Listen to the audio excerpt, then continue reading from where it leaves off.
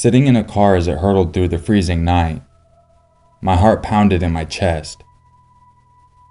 Breaking the silence, the stranger beside me barked, "Be good. Be quiet." He told me the boot had been cleaned out for me, so I was terrified. I faced the real possibility I was going to die. Up until this point, I'd been a typical shy, quiet 13-year-old girl. It wasn't until I started using online chat rooms with friends that I found a confidence that I didn't have before.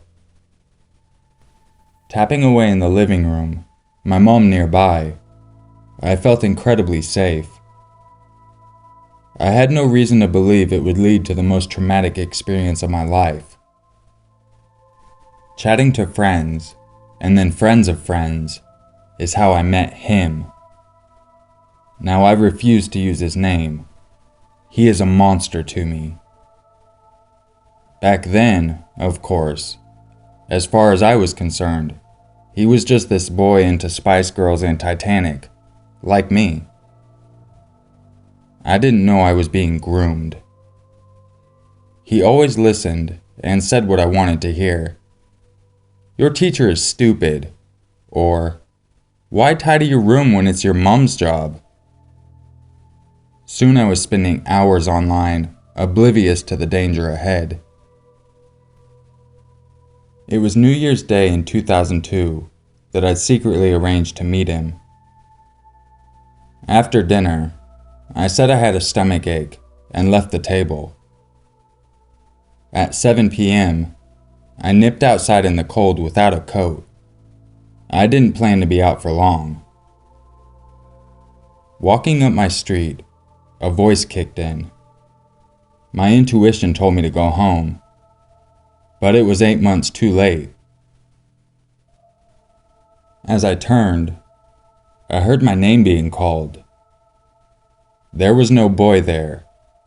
It was a man. The next part is blank, but suddenly, I was trapped in a car, and I couldn't get out. After a terrifying 5-hour journey, we arrived at his house. He'd taken me from my safe, warm home in Pittsburgh to an unfamiliar place in Virginia. Pulling me down a flight of steps, we ended up in a basement full of strange devices, including a cage. "It's okay to cry," he said coldly. "This is going to be hard for you." Again, the details are a blur, but I remember him removing my clothes, locking a dog collar around my neck, and dragging me upstairs. Up in his bedroom, I was chained to the floor. I felt the pain of him ripping my hair. I had braids from a family holiday in the Caribbean, so he pulled them at the roots. Then he broke my nose and raped me. I've blanked out much of the experience. I know I could regain memories through hypnosis, but why would I want to? In the 4 days that followed, I was chained up, raped, beaten, and tortured. I did whatever I had to do to survive, no matter how humiliating, painful, or disgusting. I did it because I wanted to live and hoped people might be looking for me. Hope was all I had. I fantasized about my mom and dad bursting through the door. But on the 4th day, before he left for work, he said, "I'm beginning to like you too much. Tonight we're going for a ride." I fully expected him to kill me on his return. Lying on the floor naked, weeping, I felt pure despair. How could I escape? I was just 13 years old and 6 stone. He was over 21 stone. People ask why I didn't scream when he left. The truth is, I wasn't sure if he'd even gone. I pictured him waiting behind the door, and panicked that any noise I made would prompt him to kill me on the spot. Suddenly there was crashing and banging, and men shouting, "We have guns!" The chain allowed me to move around the room, so thinking he had sent them to kill me, I hid under the bed. I was ordered out naked to the barrel of a gun. I thought I was going to die. Then I saw FBI, the 3 most beautiful letters on his jacket. I was saved. The relief after being in prison for 4 days was unbearable. My abductor had tripped up after live streaming a video of him abusing me to a group online. When one of the guys realized he could be implicated as an accomplice, he called the police. Using the IP address, they tracked me down. At the hospital and police station, I was so traumatized I could hardly speak. But I do remember seeing a doll's house after a forensic examination. It made me realize that what I had went through happens to kids younger than me, even babies. How can you even begin to comprehend that? That evening, I was taken to a wonderful foster family. I sat up all night waiting for my parents. I didn't know they couldn't get a regular flight. Media attention my rescue had generated forced them to take an FBI plane the next day. I thought I'd done something wrong, that they didn't love me anymore. Being finally reunited with them was incredible. They ran towards me, and my dad gave me this hug that was so special. There are no words. Back in Pittsburgh, things should have been amazing. But as mine was one of the first big cases of internet luring, society didn't understand how it happened. People blamed my parents, even distant relatives, and we were treated horribly. Before the trial, he was eventually sentenced to 19 years and 7 months in prison. The FBI needed me to identify myself in the videos. I had to watch myself being tortured. Being abused is indescribable, but to see it through the eyes of your abuser is another thing entirely. That's why I now fight so hard against child exploitation. I know how it feels to have people watch you suffering and enjoy it. Despite the cuts and bruises, physically I was intact. Psychologically, I was broken. Nightmares and flashbacks came daily. My experience left a hole, but I decided to fill it by raising awareness. I started to tell my story to schools. At first it was hard, but seeing the kids' response was worth it. I could give my pain purpose. The Alicia Project was born. Rebuilding trust is still hard in others and in myself. But now I've fallen in love, and my partner is so supportive of my mission. I'll never forgive the monster who did this. So instead, I focus on getting Alicia's Law, which helps fund Internet Crime Against Children task force, like the one that rescued me, passed in every U.S. state. I was given a second chance at life, so now I choose to use that to save others. Alicia also included some tips to help keep your kids safe online. I'll include those at the end of the video, after the credits. They are very good tips, so if you have children, I highly recommend you stick around.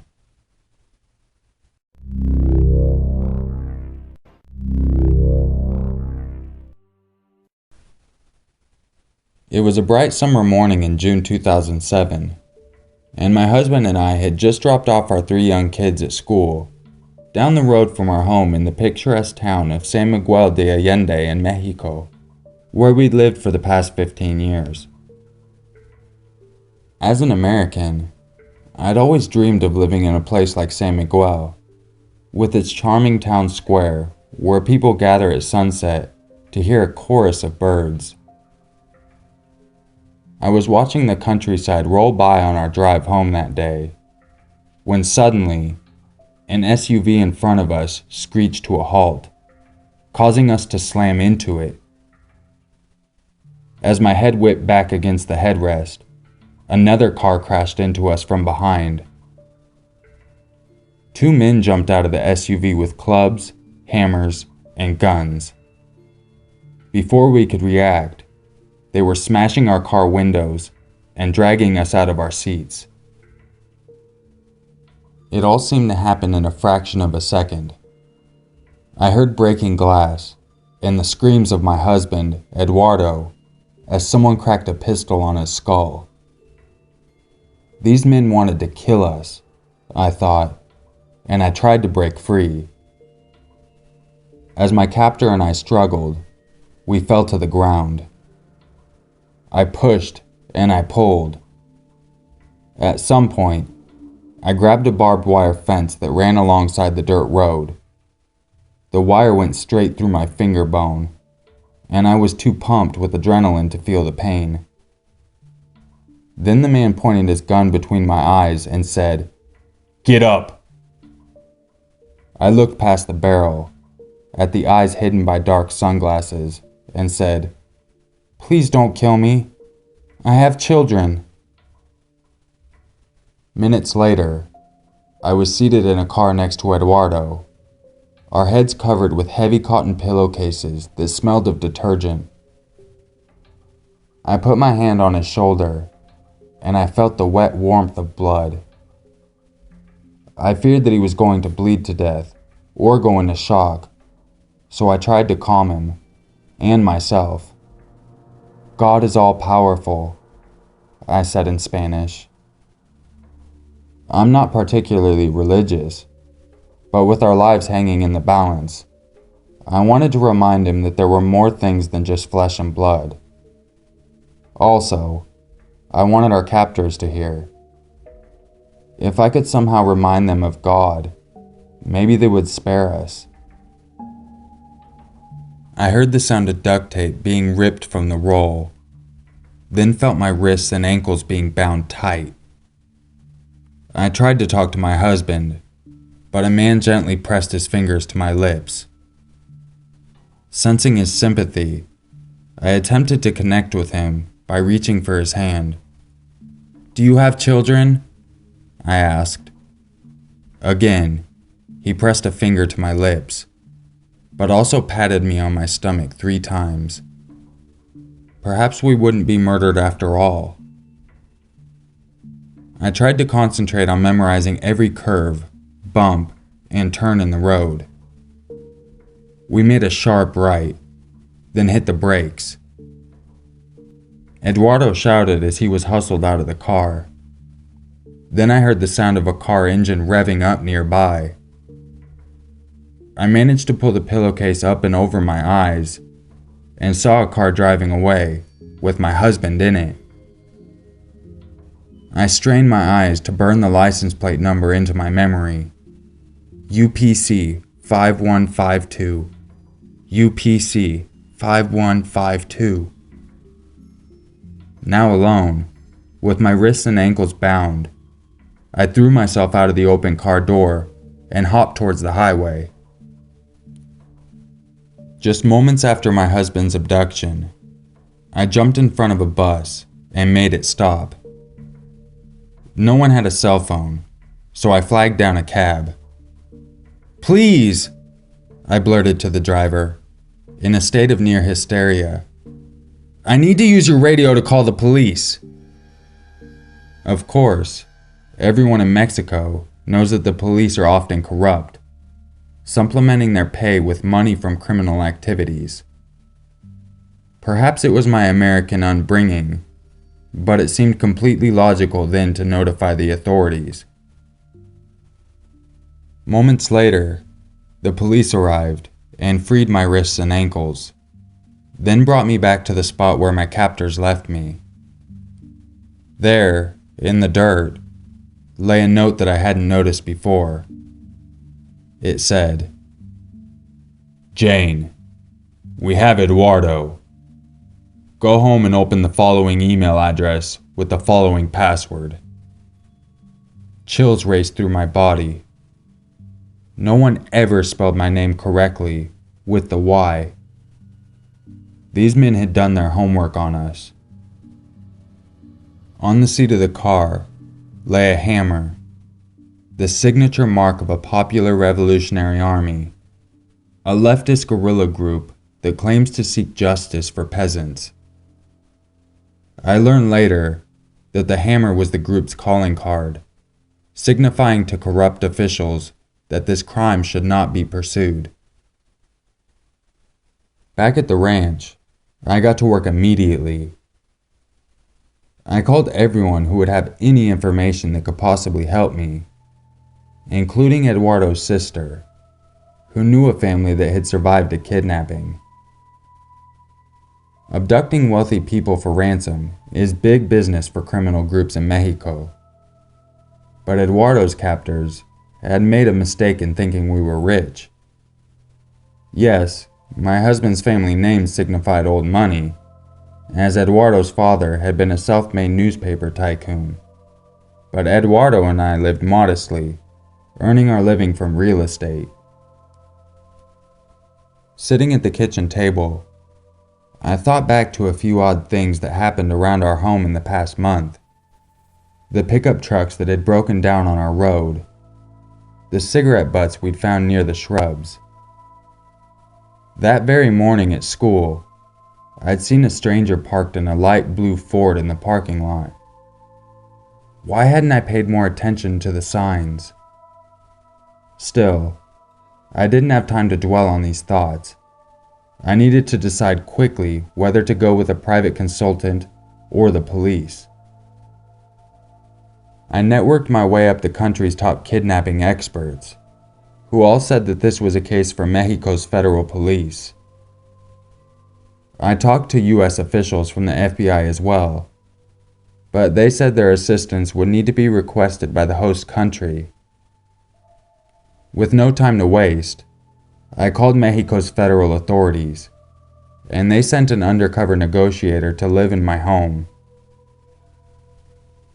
He arrived by local bus same day, dressed casually, with glasses and a baseball cap. He looked to be 20 years old. Next, I had to talk to my kids, who were 12, 7, and 6 years old at the time. I explained to the two younger ones the concept of stealing daddies for money. Emiliano, my 7-year-old, ran upstairs and got his piggy bank. 5 long days passed before I received the first note in the Yahoo account the abductors had set up for me. "We hope that the missus got home okay. To free Eduardo, we demand an amount of $8 million US. The email instructed me to agree to the ransom demand by placing an ad in the classified section of the Universal newspaper. My response was supposed to be worded in the following way: "Wanted, chow puppy, vaccinated, with full pedigree, 8,000 pesos. I was told not to respond via email.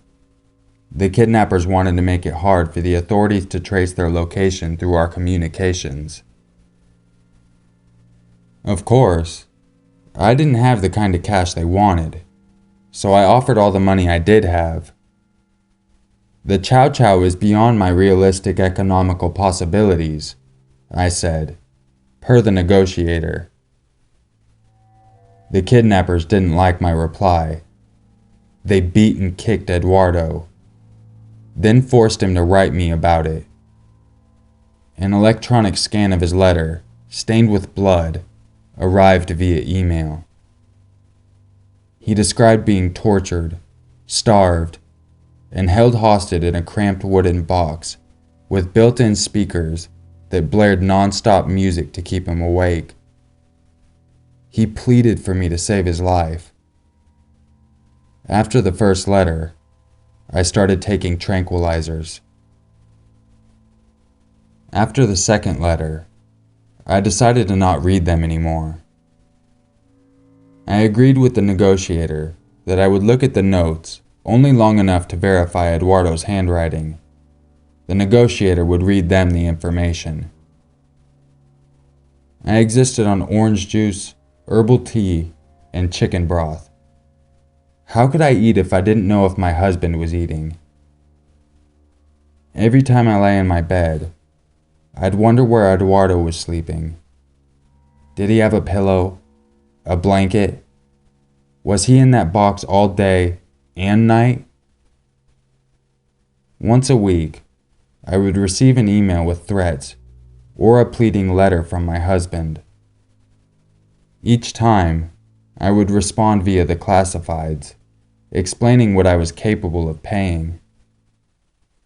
As the weeks rolled by, I couldn't sleep or keep my focus. I was falling apart. After about 3 months, the negotiator sat me down and gave me a verbal slap in the face. He told me that this particular group was known for its long-term kidnappings. The previous victim had been held for 22 months. I had to be ready for a long ride, he said. Look, you need to do the kinds of day-to-day things you used to do before the kidnapping, he advised. You aren't going to make it through this if you don't. After hearing these sobering words, I moved into a new phase. Anger. Who the hell did these people think they were? What right did they have to torture my husband, terrify my family, and demand our money? I decided to not be a shivering housewife anymore. I would go about my life. I would throw the kidnappers off their game. I started doing things that I did back when life was normal. Celebrating family birthdays, taking belly dancing lessons. One day, I was driving with my daughter, and I noticed someone following us home on a dirt bike. Then, at a shopping center, I spotted a man with a mustache, dressed in khaki camping gear, just like the kidnappers. He stared at me, and I stared right back. They were watching me. I started coming up with ways to unnerve them, to make them think they were losing their hold on me. What if they thought I was giving up, taking the kids, and moving back to the US? I moved boxes and bubble-wrapped furniture into a warehouse on our property, doors open for all to see. Maybe they'd think their plan had backfired, and they'd end up with nothing. Maybe they'd have to take what I had. The negotiator didn't like my plan to wage psychological warfare on the kidnappers. He wanted me to follow the usual formula. I decided I would continue the negotiations by the book, as he advised, but publicly, I would keep acting like I had nothing to lose. Eduardo's letters grew more intense, informing me that he was never taken out of the box, and that he had to relieve himself in a bucket. 4 months in, he began to receive scheduled beatings twice a day. In the 5th month, he was shot in the left leg at close range. 10 days later, he was shot in the left arm. Photos of the bullet holes in his body arrived in my email inbox. Then the phone calls started. The negotiator had warned me that the callers would be nasty and would curse at me. What I wasn't prepared for was the sound of my husband's voice on the other end of the line. I knew from Eduardo's notes that he'd been told I was doing nothing to get him back. When I talked to him on the phone, his words were chilling. "How is it possible that this is all you have done?" he asked. "You're going to let them kill me so you can keep my money. You're such a bitch." Still, he sounded unconvincing, like a machine. I knew that the words were scripted. I replied, "I love you with all of my heart." We both started to cry, and he said that he loved me too, just as the line went dead. Finally, on January 4th, 7 months after Eduardo had been taken, the kidnappers said that they wanted to exchange him for the money I'd offered. I received a proof of life photo showing my husband holding a recent daily newspaper. The man I saw was half of Eduardo's weight, with thin hair and a gray beard. He looked like an 80-year-old, clinging to life.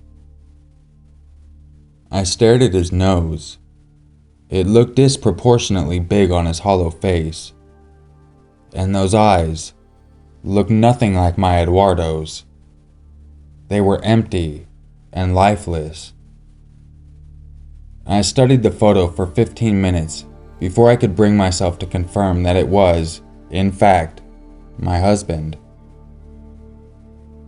Per the kidnappers' instructions, I sent 2 ranch employees to a hotel in Mexico City with a duffel bag full of $100 bills. From there, they went to a public payphone that had a note attached. The note sent them to several other payphone notes, until one of those notes finally directed them into an alley where they were supposed to trade the money for my husband. But Eduardo was not there. Instead, the kidnappers took the money, along with one of the ranch employees. The next day, the abductors sent an email saying that they would hold the rancher hostage, but set Eduardo free so he could get the money that they wanted. I felt utterly devastated. A day later, on January 24th, 2008, I saw an emaciated man walking towards the house. It was Eduardo. I sent the kids to a back room and fumbled to unlock the door, trying to process the fact that he was really home. He stood there like a ghost, his face expressionless. There was no greeting, no smile when he stepped into the house.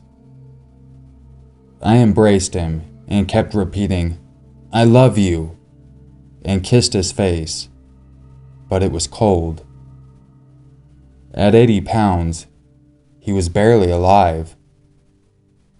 His captors had dumped him in a cemetery at 4 that morning. Then he had walked, for the first time in 7 months. He tried to stop several cars for help, but everyone had passed him by, no doubt thinking he was drunk. Clasping a yellow and black lunchbox with an apple, a hard-boiled egg, and some change inside, he'd waited at a bus stop until the bus had come. I looked at his fragile body that morning, his weary face, his thin hair. Time and again, I had imagined him coming home, walking through the front door with his thick, curly head of hair, his solid frame. "I love you," he said simply. "I've been dreaming about your banana pancakes for months. I'm so hungry." I sat Eduardo down and pulled out a bowl, eggs, and bananas. Then I reached for the phone and dialed my doctor and psychologist. My news was brief. My husband is home. The Mexican authorities strongly suggested that we leave the country, and within a month, we had one-way tickets to the States. where we've lived ever since. The kidnappers released our rancher after 2.5 months of captivity. We're still adjusting to our new reality, living on real estate rent income, and trying to figure out what we'll do next. The kids are practicing their English, and my husband has been in therapy. Eduardo and I are different people than we were before, and we're getting to know the new versions of each other. We're much stronger now, bonded by our intense experience, and by our resolution to savor every moment of life. A quick update for everyone. Since the release of this story a few years ago, Jane has unfortunately passed away from complications due to breast cancer.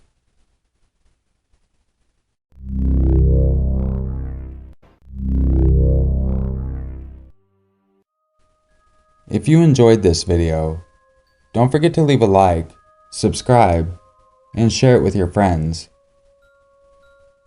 I want to do a quick announcement that this Friday I will be doing a live stream. I want to make it clear that I'm not going to be reading stories on the live stream.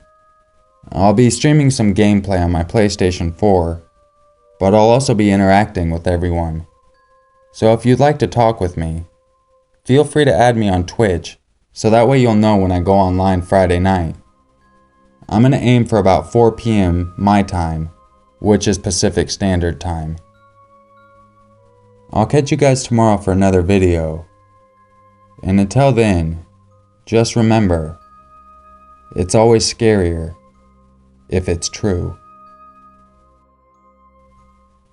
Here are Alicia's tips to help keep your kids safe online. Recognize that any child can become the victim of an internet predator.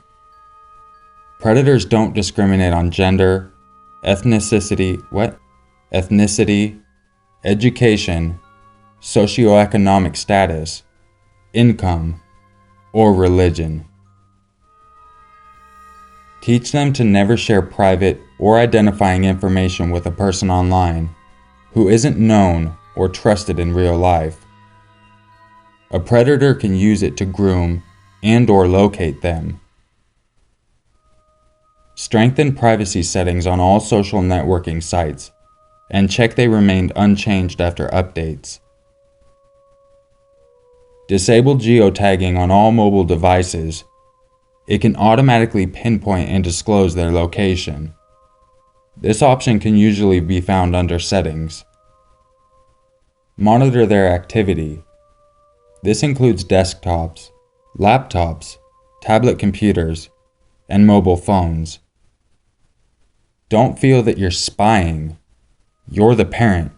This is your responsibility. Know their passwords on all devices. Check them regularly. Educate yourself on all the apps they are using. Ask for an explanation and a demonstration. Maintain loving, open, and respectful lines of communication while setting enforceable rules for online safety. Assure them that they can always come to you for help in an uncomfortable or potentially dangerous situation. A lot of these tips I hadn't heard of, guys, so make sure you do this for your children, because you don't want to lose them over some stupid setting on a mobile device and some fucking whack job down the road.